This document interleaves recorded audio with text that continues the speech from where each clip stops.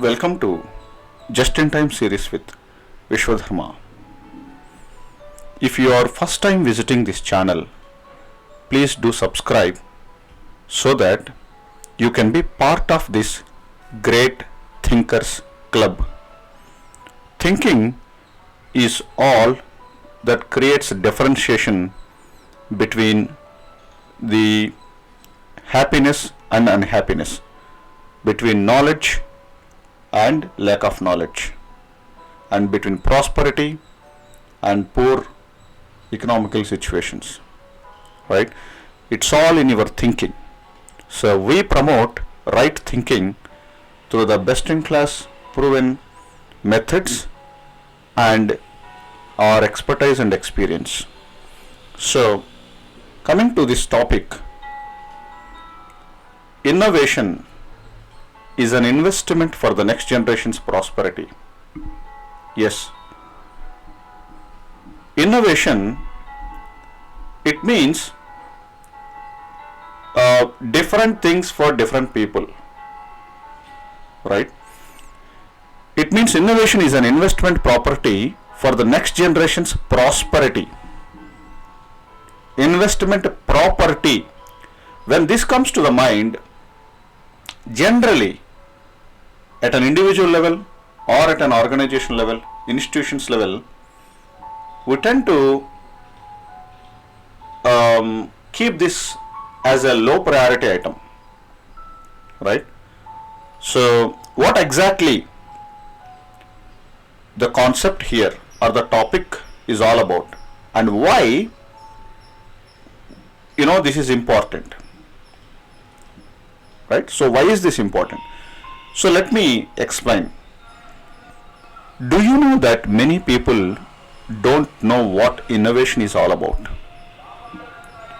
When the word innovation comes to mind, people imagine that some people doing research in a lab, wearing a white coat, are building something seriously new, fresh things, something like that. While this is a true imagination, it is not just restricted or limited to this.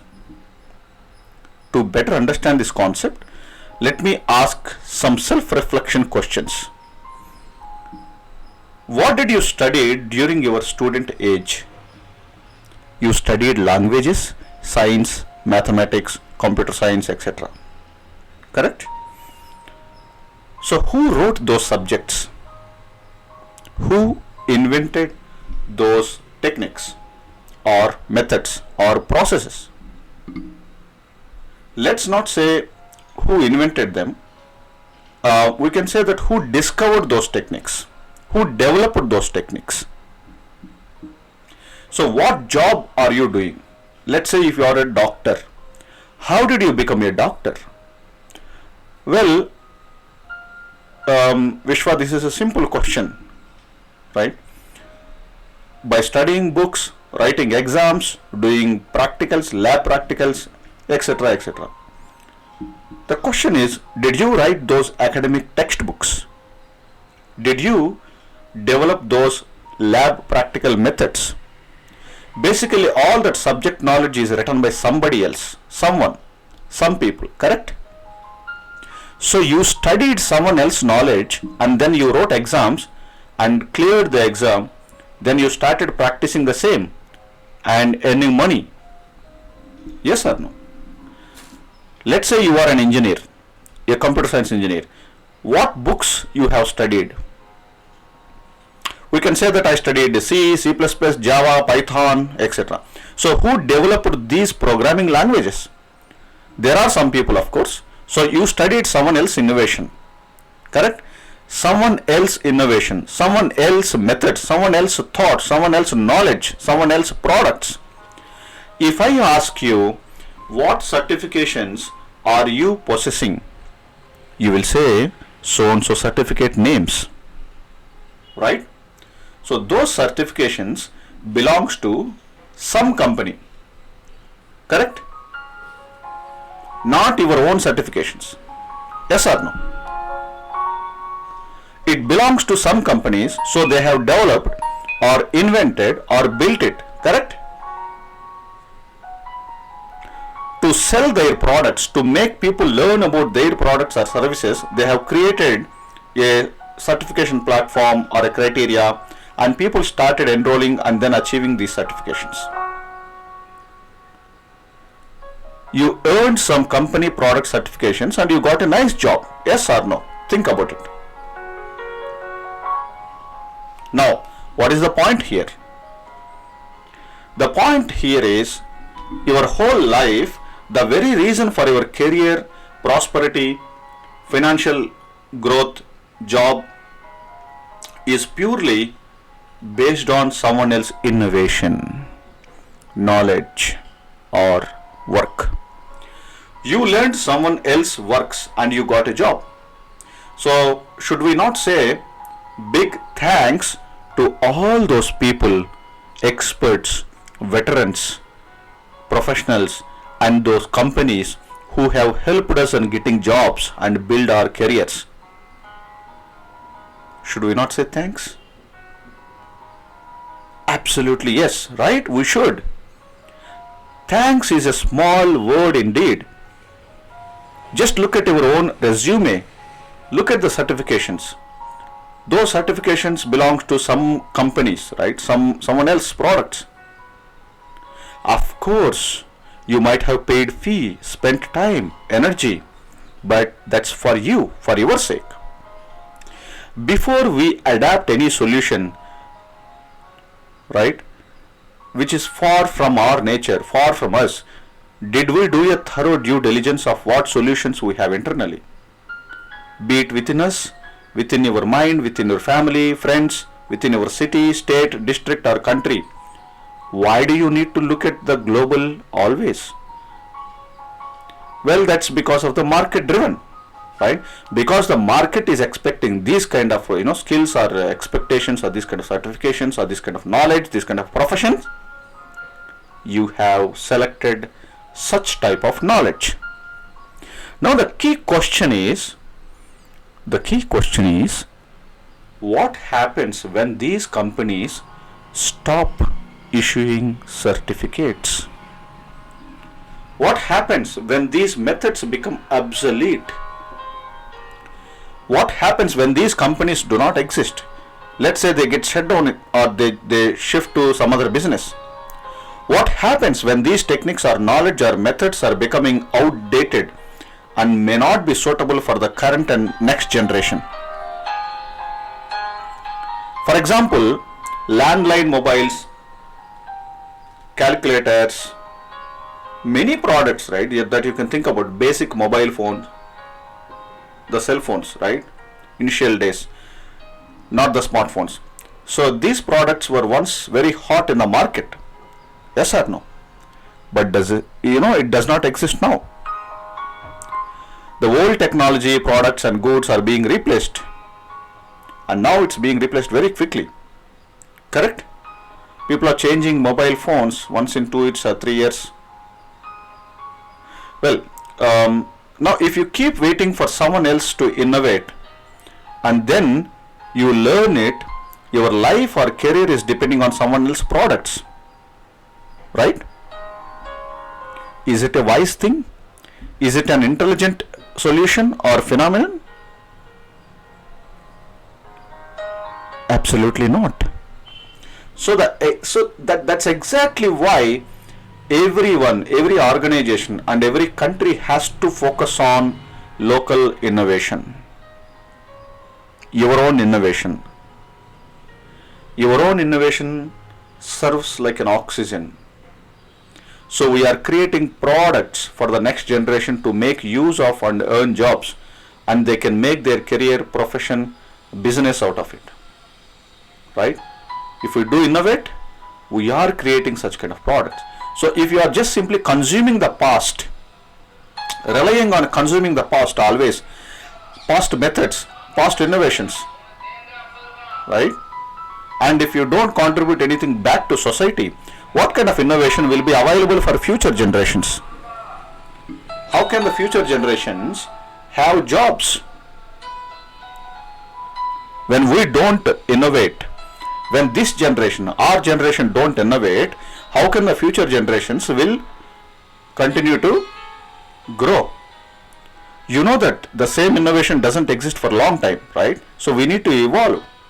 So if your resume is an advertisement of other companies' products, certificates, assets, or goods, then it's a risk. Yes or no? With due respect, right? So it is important to build your own products, be a producer, and don't be a consumer forever. Don't be a permanent consumer. This is exactly the meaning of giving back to the community. This is exactly why there are companies which are creating platforms for you to innovate.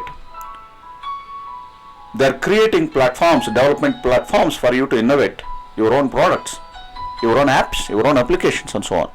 That's why a lot of companies, almost all companies focus on innovation. When you have consumed others' services and products and learned others' methods and teachings, then you should also start contributing by sharing your knowledge and discovering new methods, new type of work, new products, and new innovations. For that, organizations must continue to invest on innovation and research and development. Else, old methods will continue to prevail. When I say old methods, I am not talking about traditional methods, right? I am not talking about traditional values. Traditional methods must continue to exist because that's the foundation. We should never, keep changing the foundation. Foundation should be laid very strong. Foundation is a one-time effort. How to innovate rationally is important. It should not be a crazy invention or innovation, right? The innovations should make people free from medicines. It can be any form, be it injections or tablets or drops or etc. etc. Absolutely, there should not be. We should not make people rely on this or this kind of products.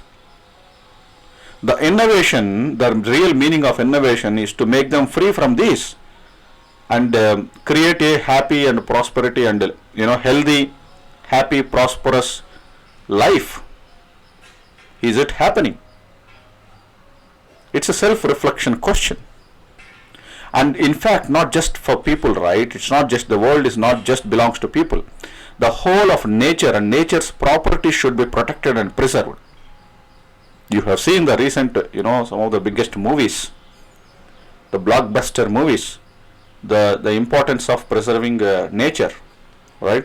So what it means is we must return to the right tradition, return to the right tradition. So we must go deeper into our own tradition and you will find deeper connections. Like the roots of a tree, the roots of a tree holds the soil tight so that it prevents earthquakes. What an amazing thing, right? What's the use of roots? The usage of roots of a tree is not just useful for a tree. It holds the soil together tightly. So the chance of earthquakes and erosion is very less because it holds the mud and soil together very tightly like a mesh. Similarly, the roots of our tradition have to become deeper, wider and stronger. On top of it, you can innovate or invent all useful things. So why am I saying useful things? Right? When it comes to innovation, I know people look for what kind of countries. So if you just focus on creating more jobs, it's not enough. It's not enough. We need to see how to create more good jobs. Because if you just focus on creating more jobs, but these jobs are making people fall sick, then you will not have any workers or customers. When everyone falls sick, how can you run a business? Think about it. When everyone falls sick, how can you run a business?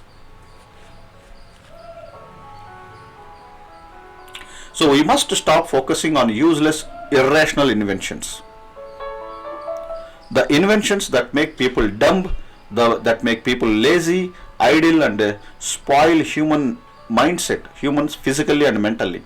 Such inventions must be prohibited. Any invention if that makes humans physically and mentally weak must be rejected.